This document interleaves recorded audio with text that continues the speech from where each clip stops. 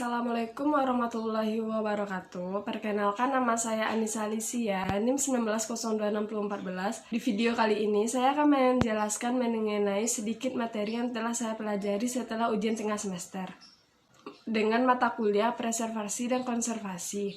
Berikut adalah sedikit materi yang akan saya jelaskan.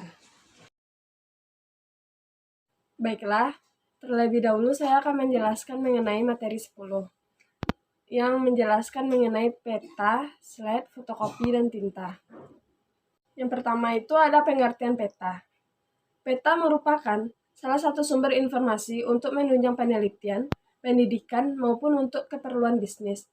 Karena itu ada bermacam-macam jenis peta, misalnya peta geografis, peta perdagangan, peta bahasa, peta navigasi, peta hasil bumi, dan sebagainya. Selanjutnya itu ada cara perbaikan peta. Perbaikan peta harus disesuaikan dengan penyebab kerusakannya. Kerusakan peta digolongkan, yaitu yang pertama ada kerusakan kimiawi, dan yang kedua ada kerusakan mekanisme. Kerusakan kimiawi biasanya disebabkan oleh kandungan asam yang terdapat dalam kertas. Dan sedangkan kerusakan mekanisme disebabkan oleh faktor luar, misalnya karena kelembapan, kekeringan, atau karena dilipat. Baiklah, selanjutnya ada pengertian slide. Slide merupakan salah satu jenis bahan audio visual yang banyak dipergunakan di perpustakaan, terutama untuk mendukung pelajaran dan penelitian. Slide juga memerlukan pemeliharaan secara hati-hati. Tempat penyimpanan harus bebas dari cahaya langsung dari luar, debu seperti kelembapan. Slide yang berserakan akan mudah rusak karena debu serta goresan. Slide tidak dapat dibaca dengan mata telanjang. Berikut adalah contoh slide atau gambar slide. Selanjutnya ada fotokopi dan tinta. Fotokopi adalah bagian dari kegiatan pelestarian bahan pustaka. Pada kenyataan banyak perpustakaan menggunakan alat ini, terutama perpustakaan yang koleksinya sebagian besar adalah majalah profesional yang memuat artikel mutakhir bagi para pembaca. Pada dasarnya, tinta adalah campuran bahan pewarna dengan air. Bahkan cairan dari buahan yang berwarna atau tumbuhan berwarna maupun dari hewan dapat dipergunakan sebagai tinta. Selanjutnya, materi 11. Perbaikan bahan pustaka dan restorasi. Perbaikan bahan pustaka dan restorasi. Yang pertama itu ada dengan cara menambal, yang kedua ada dengan cara menyambung, yang ketiga ada penjilitan, yang keempat penyiangan, dan yang kelima stock opname. Perbaikan bahan pustaka dan restorasi. Menambal atau menutup bagian yang berlubang dapat dilakukan dengan kertas Jepang dan perekat kanji. Menambal juga dapat dilakukan dengan bubur kertas, pulp, atau menggunakan kertas tisu yang berperekat. Yang kedua ada menyambung. Menyambung dilakukan untuk merekat bagian yang sobek atau lemah karena lipatan. Biasanya diperkuat dengan potongan kertas dan jenis tertentu agar bagian yang sobek tidak bertambah besar atau lebar. Yaitu ada penjilitan. Penjilitan adalah suatu cara untuk menghimpun atau menggabungkan beberapa lembaran kertas menjadi satu, serta dilapisi oleh cover. Yang keempat ada penyiangan. Penyiangan atau wedding adalah kegiatan pemilahan terhadap koleksi bahan pustaka yang ada di perpustakaan. Kegiatan penyiangan dilakukan agar bahan-bahan pustaka yang tidak sesuai lagi diganti dengan bahan pustaka yang baru. Selanjutnya ada stock opname. Stock opname merupakan kegiatan perhitungan kembali koleksi bahan pustaka yang memiliki perpustakaan. Menurut Sulistyo Basuki, pada tahun 1991, stock opname adalah pemeriksaan fisik terhadap buku yang tercatat milik perpustakaan. Sebelum melakukan kegiatan ini, perlu dipertimbangkan terlebih dahulu pelayanan apa yang dibutuhkan dan kapan waktu yang tepat untuk melakukan kegiatan stock opname agar tidak mengganggu pelayanan yang disediakan oleh perpustakaan kepada penggunanya. Selanjutnya, pelestarian bahan pustaka dengan sistem penjilitan. Penjilitan adalah proses atau cara menjilid bahan perpustakaan dengan tujuan melindungi koleksi dari kerusakan. Kegiatan penjilitan termasuk dalam kegiatan konservasi yang meliputi perbaikan bahan perpustakaan yang rusak agar kondisinya bisa dikembalikan seperti aslinya. Ada dua langkah penting dalam menyiapkan penjilitan, antara lain yang pertama, Penghimpunan. Penghimpunan adalah penyusunan lembaran-lembaran menurut urutan yang dikehendaki, kemudian membentuk keras atau pattern.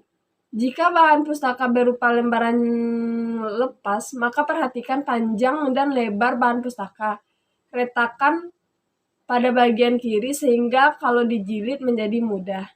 Yang kedua itu ada penggabungan. Penggabungan adalah menyatukan secara erat dan pandu suatu lembaran menjadi pattern.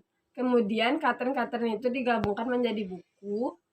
Penggabungan ini dapat dilakukan dengan jahitan benang atau kawat. Lembaran-lembaran lepas yang cukup banyak digabungkan dengan cara pengeleman di punggung. Agar bisa baik hasilnya, perlu dikasarkan dengan gergaji pada punggung yang akan dilem. Selanjutnya, peralatan penjilitan atau mesin-mesin. Beberapa peralatan yang diperlukan diantara lainnya adalah yang pertama, mesin potong semi-otomatis. Yang kedua, mesin potong manual. Yang ketiga, alat potong board atau kacip. Yang keempat, alat potong board kacip, yaitu alat potong khusus memotong board, cover buku atau majalah secara manual dan satu persatu. Yang kelima, mesin bor atau pembuatan lubang. Yang keenam, proses buku atau koran. Peralatan penunjang penjilitan lainnya yaitu jarum jahit dengan panjang jarum 7-9 cm. Yang kedua ada pisau potong atau pisau cutter. Yang ketiga ada gunting. Yang keempat ada tulang pelipat. Yang kelima ada penggaris besi. Yang keenam ada kuas. Yang ketujuh ada palu. Yang kedelapan ada gergaji. Yang kesembilan ada pelubang atau pusut. Yang kesepuluh ada lem. Selanjutnya cara menjilid buku. Ada berbagai teknik dalam menjilid buku, diantaranya yang pertama ada jahit. Tumpukan halaman dan lipat tulang belakang. Pada tulang belakang, menembus 3 lubang dengan jarum jahit. Lubang-lubang halus setengah inci dari atas, inci 1 atau 2 dari bawah, dan dekat dengan titik tengah. Untuk membuat menusuki kertas lebih mudah, dapat memperhatikan gabus di ujung jarum sehingga tidak melukai tangan. Jahit dari lubang tengah ke atas, lalu ke bawah, dan kembali ke tengah, menggunakan benang 3 kali tinggi buku. Kedua, menjilid dengan pita. Untuk metode ini, halaman tidak harus dilipat dan harus ukuran penuh. Halaman ditumpuk di atas satu sama lain. Ukuran lubang di sepanjang tulang belakang buku. Biasanya, sisi kiri dan halaman ditumpuk. Lubang-lubang harus sekitar 1 atau 2 inci dari tepi dan 1 atau 4 inci dari satu sama lain. Wave pita melalui lubang-lubang. Pita perlu 2 kali tinggi buku untuk mengikat dengan aman. Yang ketiga, menjilid dengan staples.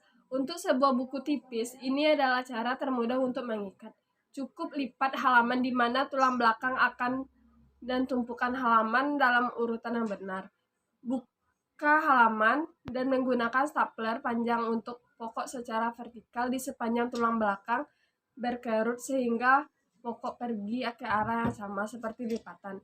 Untuk melintasi lawan flip, tutup buku dan menyembunyikan pokok pada bagian luar tulang belakang dengan panjang pita sedikit lebih panjang dari buku itu. Selanjutnya, pelestarian nilai informasi. Pelestarian nilai informasi. Untuk pelestarian nilai informasi, bahan pustaka perlu dilakukan dengan alih bentuk dokumen ke bentuk mikro atau mikrofilm. Selain itu, dengan teknologi video sehingga lebih mudah untuk pelayanan pengolahan dan penemuan kembali informasi. Yang pertama ada mikrofilm. Mikrofilm atau mikrofotografi ialah istilah untuk berbagai bentuk mikro yang dituangkan dalam film. Film yang digunakan itu dalam bentuk berbagai ukuran, misalnya ada yang 8 mm, 16 mm, 35 mm, 70 mm, dan yang lazim digunakan untuk membuat mikrofilm ialah film yang berukuran 35 mm untuk menyimpan surat kabar. Salah satu tujuan paling utama dalam merekam mikrofilm adalah untuk melestarikan dokumen langka, menjaganya dari kerugian dan kehancuran, dan karena kualitas fisik dokumen yang menurun. Yang kedua ada CD-ROM. Pada tahun 1982, The Library of Congress semula bermaksud mengadakan pelestarian dokumen dengan teknologi video disk. namun akhirnya sekarang berkembang menjadi bisnis yang sangat maju dalam dunia penyimpanan dan penyebaran informasi, serta kemampuan pelestariannya dapat dihandalkan. Selanjutnya ada keunggulan CD-ROM. Yang pertama, memiliki daya tampung besar. Yang kedua, memudahkan penelusuran literatur. Yang ketiga, memudahkan pembuatan katalog. Yang keempat, tidak menggeser kedudukan pustakawan. Yang kelima, membantu pustakawan. Dan yang keenam, mempercepat penerbitan di Indonesia. Selanjutnya, prosedur alih media. Pengertian alih media. Alih media merupakan proses pengelolaan dokumen dari bentuk fisik menjadi bentuk elektronik untuk kemudian dapat dikelola menggunakan teknologi informasi. Alih media dilakukan dalam rangka pemeliharaan terhadap arsip yang memiliki nilai guna penting. Keuntungan alih media, meningkatkan bisnis proses menjadi lebih cepat dalam hal akses dan proses temu kembali informasi arsip. Yang kedua, pemberian informasi yang lebih baik dan pengembalian keputusan yang lebih cepat terkait dengan akses arsip yang cepat dan tepat. Yang ketiga, layanan arsip yang lebih baik karena lokasi arsip dapat lebih cepat diketahui. Yang keempat, mengurangi waktu yang dibutuhkan petugas arsip dalam mencari informasi. Yang kelima, memudahkan dalam pertukaran informasi antar unit atau organisasi.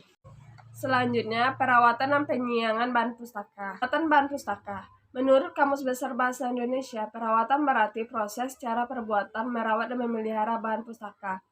Syedmina dalam Turwulandari pada tahun 2019 menjelaskan bahwa perawatan adalah kegiatan menjaga atau mengusahakan agar bahan pustaka awet dan terawat dengan baik. Yang kedua ada penyiangan bahan pustaka. Penyiangan merupakan suatu upaya dalam mengeluarkan koleksi dari susunan rak karena tidak diminati atau terlalu banyak eksemplarnya. Fungsi penyiangan bahan pustaka. Yang pertama menghemat tempat, yang kedua menghemat waktu, yang ketiga membuat koleksi lebih menarik, yang keempat meningkatkan reputasi perpustakaan, yang kelima mengetahui kebutuhan koleksi, yang keenam mendapatkan masukan yang konstan pada kekuatan dan kelemahan koleksi. Baiklah, sekian dari penjelasan saya. Apabila ada kesalahan mohon dimaafkan. Saya akhiri dengan wabillahi taufik wal hidayah. Assalamualaikum warahmatullahi wabarakatuh.